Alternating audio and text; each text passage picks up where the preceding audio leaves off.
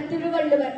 அதாவது நல்லொழுக்கம் இன்பமான நல்வாழ்க்கைக்கு காரணமாக இருக்கும். தீயொழுக்கம் எப்பொழுதும் துன்பத்தையே தரும்.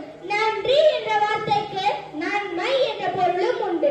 நன்றிக்கு வித்தாகும் நல்லொழுக்கம் என்பதன் பொருள் நன்மைக்கு விதையாகும் நல்ல ஒழுக்கமாகும். பயிர்களுக்கு நாம் பாய்ச்சும் நீரின் தன்மையை பொறுத்தே பயிரின் விளைச்சல் அமையும். அதுபோல் நன்மை என்ற பயிர் விளைய நல்லொழுக்கம் என்ற நல்ல நீரை பாய்ச்ச வேண்டும். மாறாக தீயொழுக்கம் என்ற கெட்ட நீரை பாய்ச்சினால் கேடு எனும் பயிரை விளையும். இதையே ஆத்திச்சூடியில் நம் அவையும் நன்மை கடைபிடி நேர்பட ஒழுகு தீவினை அகற்று என்று கூறியுள்ளார். நம் அவை ஓதலின் நன்றே வேதியருக்கு ஒழுக்கம் என்று ஒழுக்கத்தின் அவசியத்தை கூறுகின்றார். நம் வள்ளுவர் முதல் வள்ளலார் வரை ஒழுக்கத்தை போற்றுகின்றனர். நம் காந்தியடிகளின் 3 குரங்கு பொம்மைகளும் தீயவை கேளாதே, தீயவை பார்க்காதே, தீயவை பேசாதே என்று ஒழுக்கத்தின் பண்புகளை நினைவுறுத்தும் ஒழுக்கத்தை பற்றிய ஒரு சின்ன கவிதை.